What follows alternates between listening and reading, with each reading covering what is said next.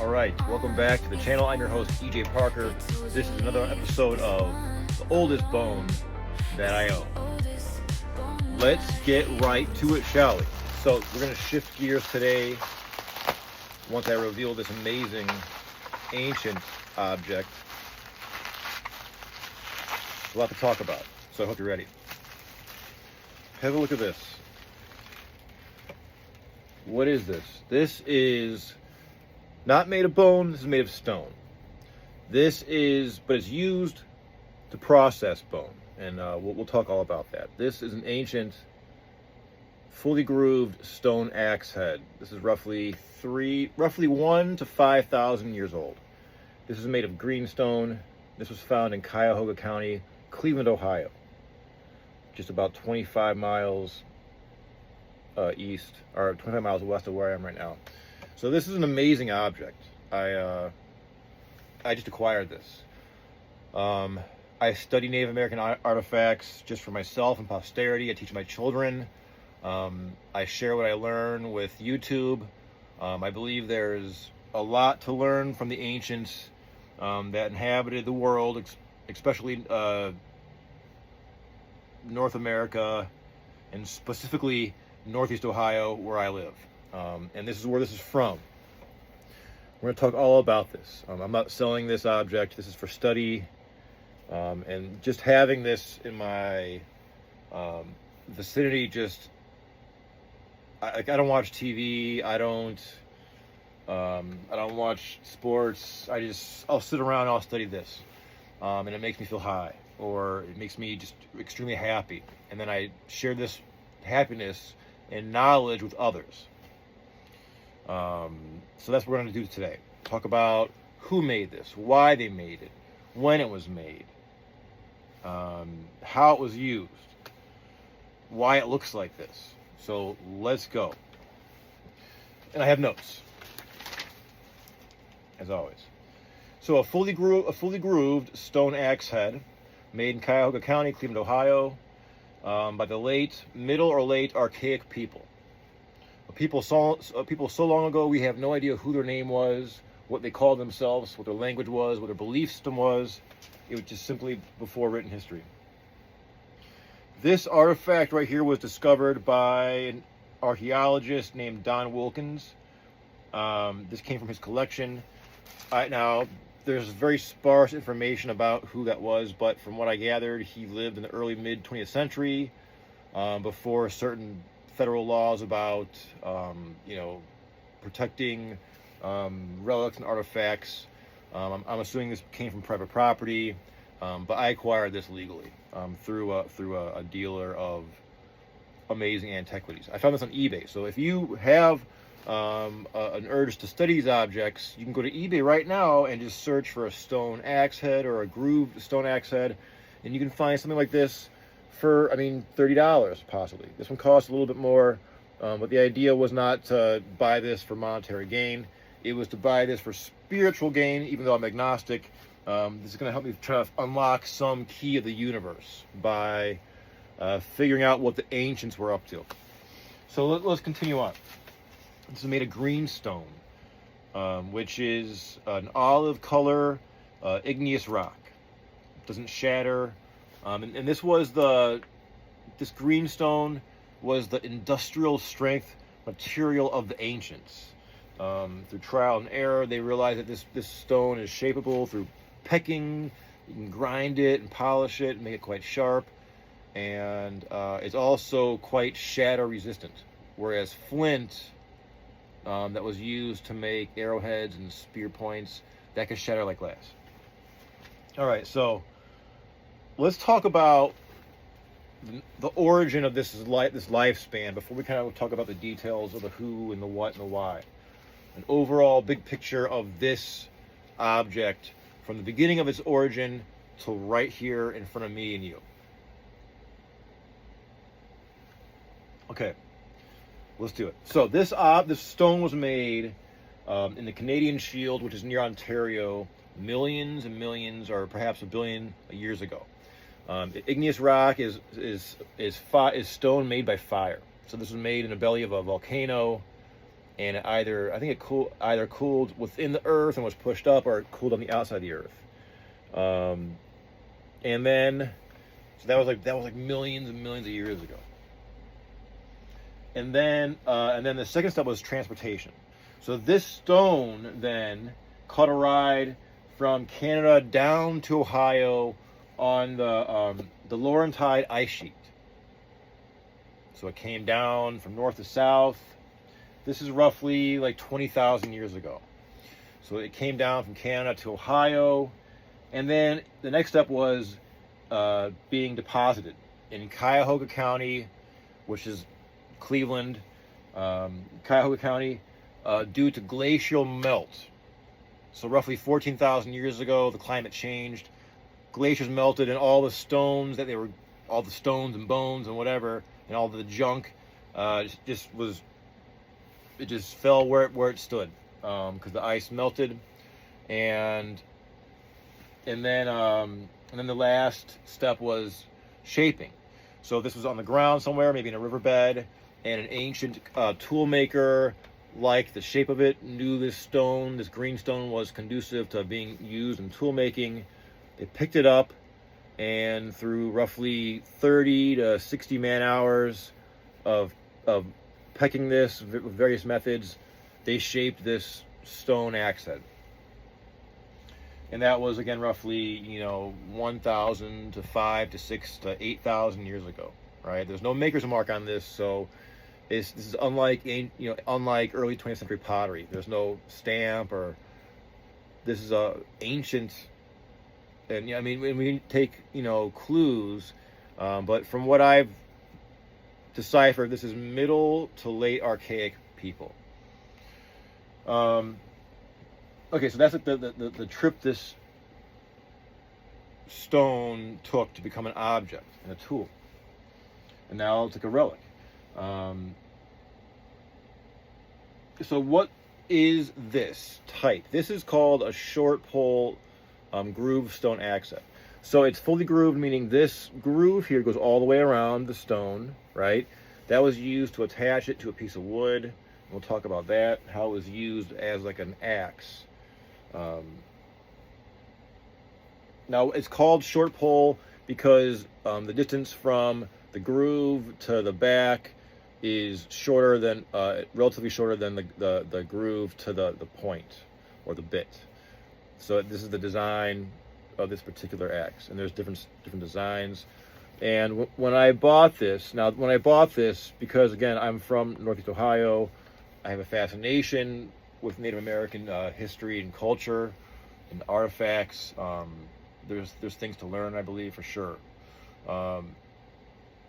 So I bought this to learn about and also train my eye, because when I do go out in my yard, I do look for artifacts, and I found flint. The flint's gray in my area, in my yard. So I want to train my eye to look for this color. So now I know when I'm out and about, if I see a stone like this, hey, take a closer look, because hey, EJ, this might be something to look at, because it may be an artifact, because this green stone. So it's a way I train my eye to look for artifacts on the ground. Green stone is a little bit more greener than this. This is a great color. It's like a muddy. It's not black. It's not gray. It's like a dirty olive. Green stone is typically a little more greener, but this is a tool, and it's been used, and there's wear, and there's glossy parts you can see, and there's some. You think these are chips, but oh no, we'll talk about that. The seller called this damage, but it's not damage. So if this was a stone of green stone, it would be a little bit more green. But since it was a tool and it's been used, and there's wear and dirt and whatever, it's a little bit darker. So how was this made? By a method called pecking.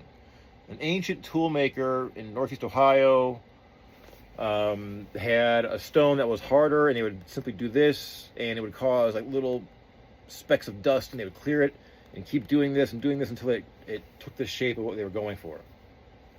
Estimates of this object roughly, I believe, 20 to 60 man hours to produce this. So and these weren't used and discarded. These were handed down to generations, mother to daughter or father to son, until it was lost. And that's another mystery. How, who was the last human to drop this? I always ponder that. If I find an artifact out in the wild, or if I just buy one on eBay, like this one before you, I think, well, who was the last person to drop? Why did they drop it? Was it in battle, or were they sick? Was it the end of an era? Was their nation dissolved and they had to scatter? Were they, fleeing in terror? Was it left in a cache and forgotten? We'll never know. But some last person that had daily, obligations, they had, lovers, and they had kids, and they had happiness and sadness. They had this, and they put it down, and they never picked it up. And then fast forward, 6,000 years, a Caucasian American found it in Cleveland in the early 1900s, and then this guy bought it on eBay in 2026. Hello, 2026. So that itself is enough to get my mind and imagination really, really going. And if you're watching this show, maybe you too. That's great. I recommend, if you're going to buy a relic or an artifact, no matter who made it or what culture or what era, buy what you like. Don't try to people please. Don't try to follow influencers. Buy an antique or ancient object because it makes you happy. And then that will lead you down your rabbit holes of studying this or whatever it may lead you to. Maybe even a career. This I bought because it fascinates me. There was no other watchers watching this. It was quite lonely on eBay, and when I found this, I'm like, oh my God, I've been searching for this. So just buy what you like, and you'll be happy.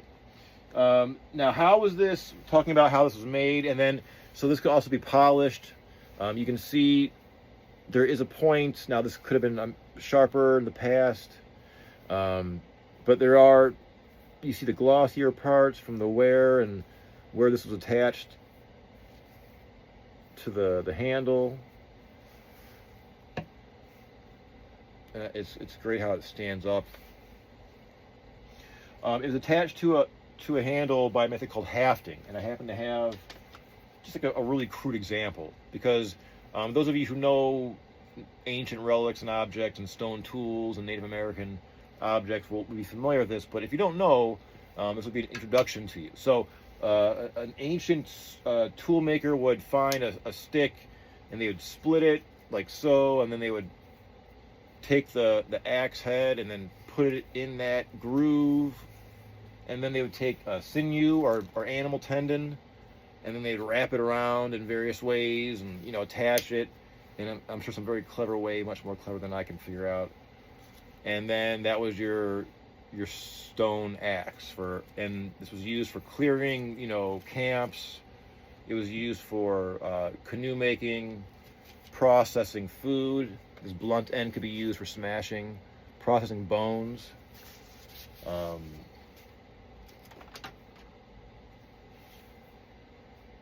And I don't know, I mean, you couldn't probably swing and fell a huge tree with this, but clear branches, again, process animal bones and carcass and that kind of stuff. I'm sure for battle too, for weapons. I mean, come on, why not? If need be.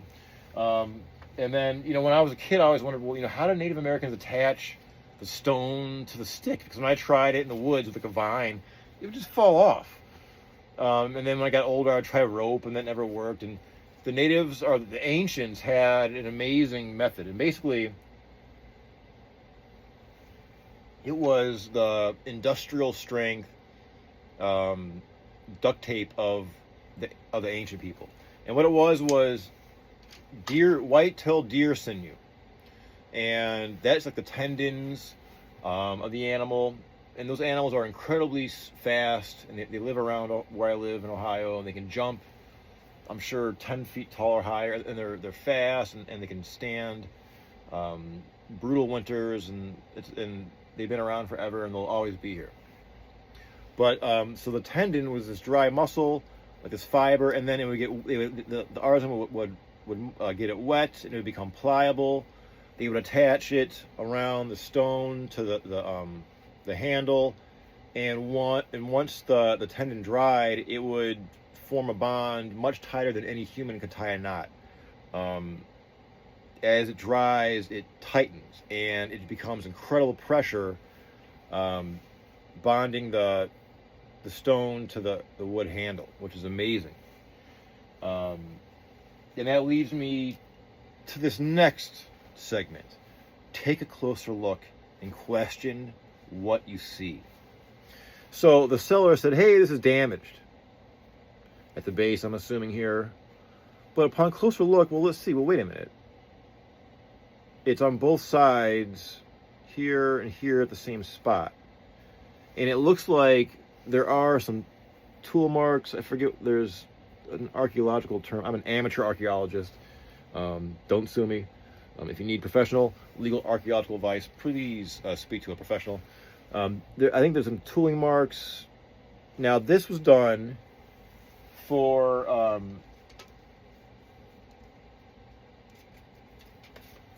to fine-tune the axe head. Check this out. It's not damaged, it's not cracked or chipped. The person that had this realized that it could come loose in the handle. So they to fine-tune this and to make it more stable, they would use small pieces of wood, inserted to both sides, right? Like wedge-shaped pieces of wood to fine-tune the angle and the stability of the stone. That's why they're both in the same spot. That's amazing. And I've bought artifacts from various dealers before that have said similar things. Oh, this stone's rough, it's beat up, seen better days. But once you look at it and then you analyze what you see, and then and I even showed this to AI, and AI agreed that this was for like what's the word for those small like wedge of wood to be driven in on both sides to fine tune the angle and the stability of the axe head. And then you would rewrap your deer tendon, let that dry, and that just becomes like nature's. It's stronger than duct tape because it gets stronger grip as it hardens. Amazing. So always take a second look, right? These were done on purpose. I'm going to stand by my theory. AI agreed with me. You see that groove? I mean, you can feel it. I mean, it's there. It's a groove. A human made this roughly, 5,000-6,000 years ago. We don't know what they were called or where they were going.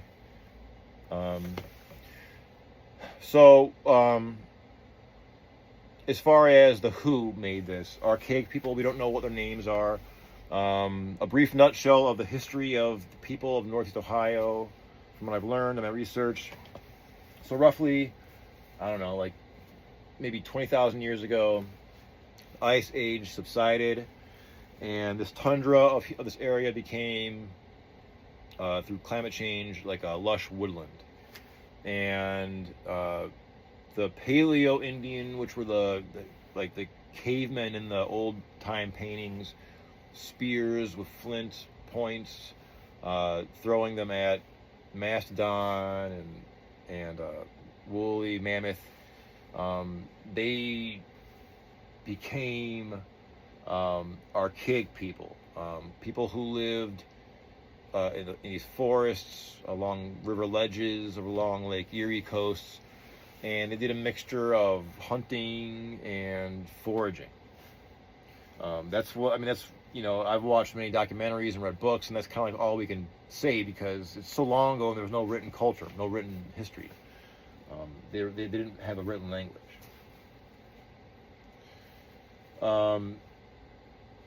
So this is way before like the Whittlesey culture or the Adena culture in northern Ohio. This is way before that.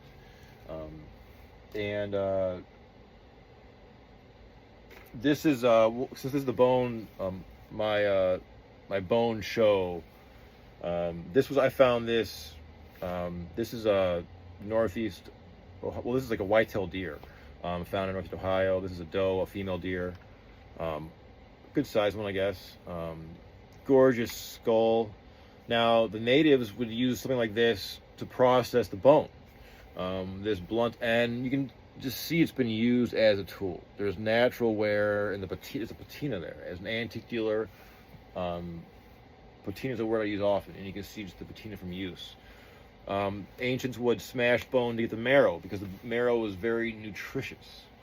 Also, though it sounds brutal in modern times, they would smash the skull of the animal to get the brain, to eat it because it's also nutritious, and also to tan a hide. I guess every animal has enough brain to tan its own hide, except for the American bison. I learned that. I guess when the ancients learned that mixing the animal's brain with water and cooking and boiling it, and then putting the hide in that mixture will like tan it and cure it and preserve the hide.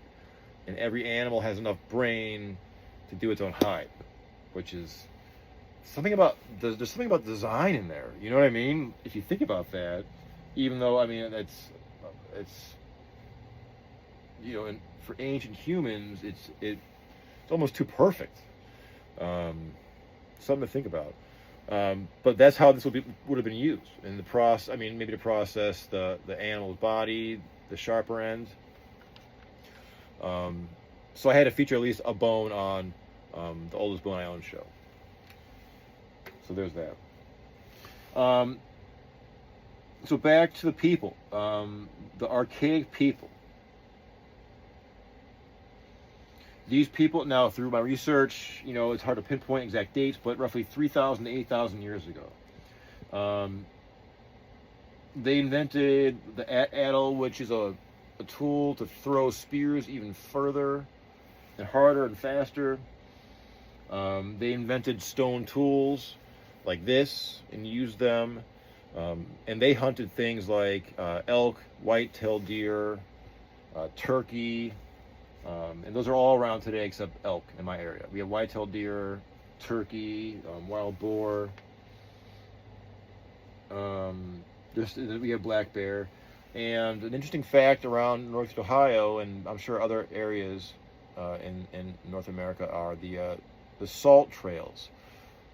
These are ancient roads through the forest that animals used and ancients used, and nowadays everyone uses them because it's the path of least resistance for everyone. The animals, the ancients, the pioneers, and us modern folk. Let me explain. So animals like salt for various reasons. Their bodies need it, and within Ohio there are salt springs under Lake Erie. Long story short, there was an ancient ocean. Under the ocean is stone that kept I think it's limestone, and it kept all the salt. The water was gone, but the salt remained. And so there's under Lake Erie, there's huge salt mines. So so there's a salt spring, a hot salt spring, and the salt crystals form around the spring, and the animals go to lick it because they like the salt. And there's a path through the forest for thousands and thousands of years of animals going there to lick the salt. There's even towns called like Salt Lick or all that, something like that. So the ancients follow these paths. I believe Route 42 in Ohio is an ancient salt path, and I believe there's one. There was more than one. And the ancients learned that to go to these salt springs and get the water and boil it down to get it to like a brine to use to preserve food. So there was a lot of ancient activity around those springs, and where this was found in Cuyahoga County. The Cuyahoga Valley was kind of like a super highway for the ancients. There was copper culture in Michigan. We had the Great Lakes, which is fresh water. I mean, it's like perfect, right? Fresh water, lakes, full of fish and fresh water you can just drink out of. Don't try drinking out of Lake Erie right now or today. I call that the $100 Lake Erie challenge. Get a glass of Lake Erie and just chug it. Don't do that. So, and if there's dedicated YouTube channels to like Ancient Ohio and Mysterious Ohio, where I believe too that a lot of academia is covering up the importance of this area simply because it would rewrite history, the history books. They got to dust off the history books and rewrite them. I think they're worried about people going out and starting to hunt for artifacts in the forests, because there are remarkable things discovered in this area that should be more well known. And there's not too much information from what I've seen. I've seen some old maps of old forts, and it's amazing. Areas that I know quite well were ancient forts. There's a grocery store where I go every day that used to be a Native American burial ground, which every time I walk into the store to buy my strawberries, and you know, and whatever, coffee, it's like, oh my God, this is like a Native American burial ground. And someone didn't believe me, and my brother didn't believe me, and I showed him the history book that says it, and it was like, it's just amazing. I think about that every time I go to that store. Now I don't know how I feel about that, but it is the way it is. What else can I say about this object? So this was a multi-purpose tool handed down for generations. It was the blunt side for smashing, processing, and then you have, of course, that sharper end. And again, handed down. That's the part I also love. Handed down for generations, because it was so much time was invested in this. It had a purpose and function, and so it was you versus nature. The people that made this were incredibly intelligent and incredibly strong. It proves that human beings are incredibly resilient to go against nature one-on-one and survive. And so we can do it. We're resilient. This object inspires me. How about that? Hope it inspires you too. A gorgeous piece of history. I don't know what else to say about it. So maybe that's it. I hope you have enjoyed this look at this spectacular ancient fully grooved stone axe made by the archaic people, found in Cuyahoga County, Ohio.